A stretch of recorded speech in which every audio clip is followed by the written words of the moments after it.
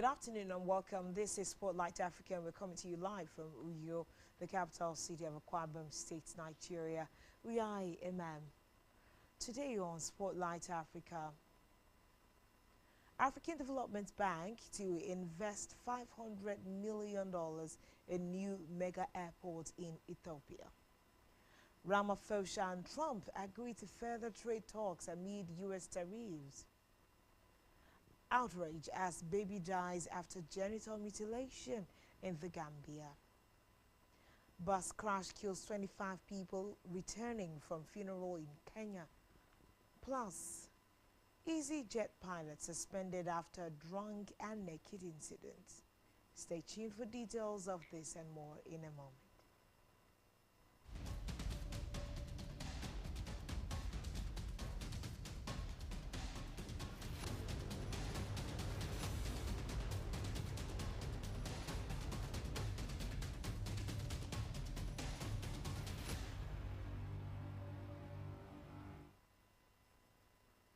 Good afternoon and thanks for joining us.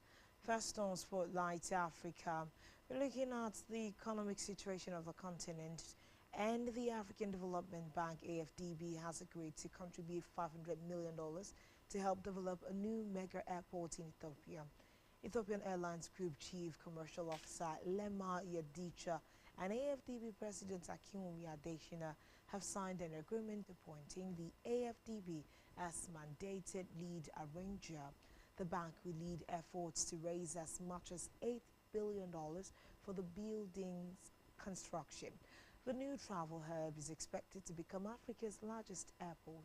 Reports say the state-owned company Ethiopian Airlines will also contribute 20% of the project's total funding, which is projected to reach $10 billion. Ethiopia's existing Addis Ababa Bole International Airport can manage up to 25 million passengers, but it is now operating at near capacity. Authorities hope the future Bishop Fortu International Airport will double the country's tourist inflow and compete with rivals in Dubai, Casablanca, and Johannesburg. Now, according to reports, the hub will be located about 40 kilometers away from the capital and should be built in two phases. It should first handle 60 million passengers annually, a number that should rise to 110 million passengers at full capacity. Away from that, President Cyril Ramaphosa of South Africa held a telephone conversation with United States President Donald Trump, focusing on bilateral trade issues and ongoing negotiations. Despite recent setbacks over high tariffs, both leaders committed to continuing discussions through their trade teams. The call comes against the backdrop of a 30% U.S. tariff imposed on South African imports, which has triggered serious economic concerns at home. To mitigate the fallout, Pretoria has launched an export support desk and is crafting a support package aimed especially at the automotive and agriculture sectors, which together may risk tens of thousands of jobs. Meanwhile, the South African rand showed resilience, gaining ground thanks to rising gold prices and a weaker U.S. dollar, with the local currency trading around 17.69 to the dollar. While South Africa grapples with sweeping U.S. tariffs, the phone call between Ramaphosa and Trump signals a willingness on both sides to sustain dialogue as trade teams prepare for detailed negotiations. All eyes will be on whether diplomacy can temper the economic strain. Meanwhile, a South African court has ruled that Zambia's government can repatriate the body of former President Edgar Lungu and give him a state funeral despite his family's opposition. Lungu's family had wanted to bury him privately in South Africa, where he died in June. They were left visibly distraught by the Pretoria High Court's decision and intend to lodge an appeal. The Zambian state welcomed the ruling, saying that while it mourned with the former statesman's family, Lungu belongs to the nation. The dispute follows a long-standing feud between Lungu and his successor, President Hashinde Hichilema, with Lungu's family saying he had indicated that Hichilema should not attend his funeral. Handing down the ruling, Judge Aubrey Letwaba said the Zambian government was entitled to repatriate the body of the late president and ordered his family to immediately surrender it to authorities. Following Lungu's death from an undisclosed illness at the age of 68, the family wanted to be in charge of the funeral arrangements, including the repatriation of his body, but the Zambian authorities sought to take control. In a rather sad development, there has been the death of a one-month-old baby in the Gambia who was a victim of female genital mutilation, FGM. This issue has sparked a widespread outrage. Now, according to police, the baby was rushed to a hospital in the capital, Banjul, after she developed severe bleeding but was pronounced dead on arrival. Although an autopsy is still being conducted to establish the cause of her death, many people have linked it to FGM or female circumcision, a cultural practice outlawed in the West African state. Meanwhile, the two women had been arrested for their alleged involvement in the baby's death. The Member of Parliament for the Nkombo North District, where the incident happened, emphasized the need to protect children from harmful practices that rob them of their health, dignity, and life.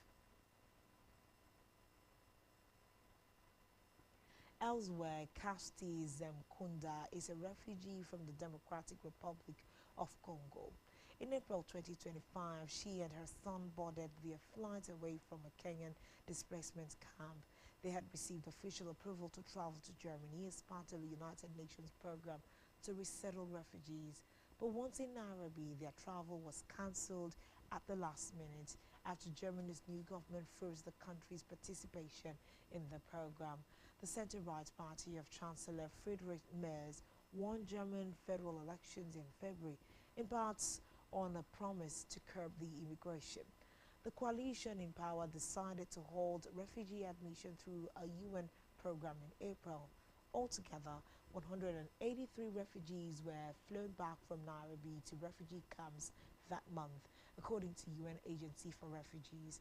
Among those affected by Germany's decision was South Sudanese Pastor Dennis Kuma, after a 2-year process involving medical checks and security interviews. The news of the cancellation came as a shock to him and his family.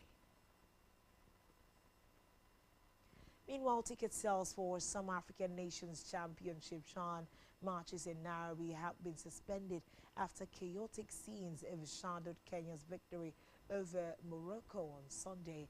The Hamberi Stars produced a shock by beating the pre-tournament favorites 1-0 at a packed Kasarani Stadium. Yet the result was marred by disorder both inside and outside the venue before and during the match. The security breaches included a broken gate, fans entering without tickets, overcrowding beyond the 48,063 capacity, and the invasion of areas reserved for media. Some fans who were trying to access the stadium from a lower gate have accused the police of using tear gas. Mocha Africa, CHAN's ticketing service provider in Kenya, confirmed to reporters that sales for upcoming fixtures at the stadium, officially known as the Moi International Sports Center, have been halted until organizers issue further instructions. The disciplinary and safety committees of the Confederation of African Football, CAF, have launched investigations, but a spokesperson for the Continental Games governing body denied that it had taken the decision to suspend sales. In the meantime, a bus carrying mourners from a funeral has crashed in western Kenya, killing 25 people, local authorities reported. The driver lost control, veered off the road and overturned into a ditch along the Kisumu-Kakamega highway. A police report seen by reporters said this area, has been notorious for many deadly accidents. Police said 10 women, 10 men and 1 girl died at the scene, with 20 passengers injured, 5 of them seriously. 4 people later died in hospital. The passengers were returning from a burial ground and are all believed to be from one family. According to police, the cause of the crash is yet not clear. The vehicle was a secondary school bus, but there were no students on board as it was being used for the funeral transport.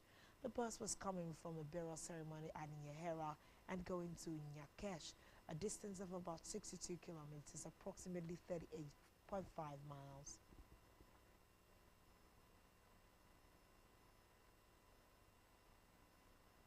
Dozens of Malian soldiers arrested over alleged coup plot against junta. Stay tuned for details of this and more after this timeout.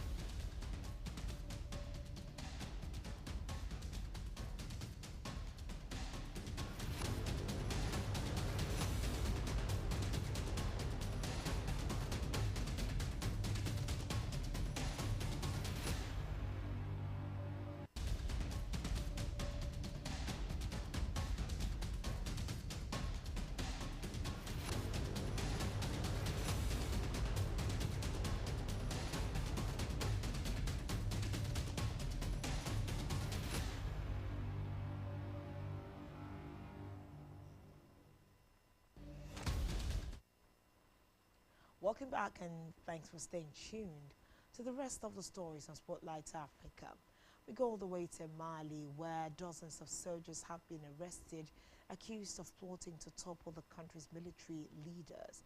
The wave of arrests, which reportedly went on overnight and are expected to continue, reflect increased tension within the military government, with reports that a jihadist insurgency in the north is gaining ground. The authorities have not commented on the arrest. Initial reports indicated that General Abbas Dembele, the former governor of the Mpoti region, and General Nema Sagara, one of the few women at the highest levels of the Malian army, were among those detained. However, a source close to General Dembele told reporters that neither of them had been arrested. Away from that, EasyJet has suspended one of its captains after he was reportedly seen roaming a luxury hotel drunk and naked. The unnamed pilot was witnessed walking through common areas of a five-star resort in Cape Verde without any clothes on in the early hours of the morning on the 5th of August. After an extended drinking session in a bar, he was due to operate a return flight to Gatwick more than 36 hours later, but was grounded after the budget airline received complaints about the incident and a replacement pilot found. An EasyJet spokesman told reporters the pilot now faces an investigation and that the safety of passengers and crew was its highest priority. According to reports, the captain arrived at the Melia Dunas Beach Resort and Spa in the West African island nation on the 4th of August and proceeded to begin drinking. Reports say at around 2:30 local time, the following morning, hotel guests reportedly saw him strip off and wander into the reception before moving on to the gym and the spa. In a separate development, the Malian military government on Monday started returning home the historic manuscripts of Timbuktu, which were spirited out of their fabled northern city when it was occupied by Al-Qaeda-linked militants more than a decade ago. Islamic radicals destroyed more than 4,000 manuscripts, some dating back to the 13th century, after they seized Timbuktu in 2012, according to the findings of a United Nations expert mission. They also destroyed 9 mausoleums and a mosque door, all but one of the buildings on the UNESCO World Heritage List. The majority of the documents dating back to the 13th century, more than 27,000, were saved by the devotion of the Timbuktu's library's Malian custodians, who carried them out of the occupied city in rice sacks, on donkey carts, by motorcycle, by boat and four-wheel drive vehicles. The first batch of the manuscripts were brought to Timbuktu by plane from the capital of Bamako. Authorities said, adding that the return was necessary to protect them from the threat of Bamako's humidity. Elsewhere, in Rabat, just a few hundred meters away from the seafront, a building holds some of Morocco's most precious jewels. The National Museum of Jewelry, also known as the National Finery Museum, showcases the country's diverse and rich heritage in traditional jewelry. It features an extensive collection from various Moroccan regions, including Amazigh silver pieces, luxurious urban jewelry, and symbolic Saharan designs. The museum was first established in 1915 in the ancient pavilions erected under the reign of Sultan Moula Ismail in the late 17th and early 18th centuries. The cultural institution underwent 2 years of restoration work from 2020 to 2022 and reopened to the public in 2023. The museum does not only highlight the artistic craftsmanship and intricate techniques used by Moroccan artisans, it also explores the cultural and social significance of jewelry in Moroccan traditions, particularly during weddings, religious events, and celebrations. The institution functions as an educational and interactive space, welcoming visitors of all ages and promoting awareness and appreciation of Morocco's intangible cultural heritage. Lastly, today on Spotlight Africa, President John Mahama has promised a full investigation into Wednesday's helicopter crash that killed 2 government ministers and 6 other people. Defense Minister Edward Omene Boga and Environment, Science and Technology Minister Ibrahim Mutala Mohammed, both 50, were among those killed when a military aircraft crashed in the central Ashanti region. In a televised address to the nation, Mahama said the crash represented a personal loss for him. The president confirmed that the flight data and cockpit voice recorders, often referred to as the black boxes, had been retrieved and that the armed forces had initiated a full and transparent investigation. This has been Spotlight Africa, brought to you by Spectrum Television. Do ensure to follow us on social media, subscribe to our YouTube channel, all of which you can find on our website, spectrumtvlive.ng. Spotlight Africa. I am Uyai MM. Good afternoon.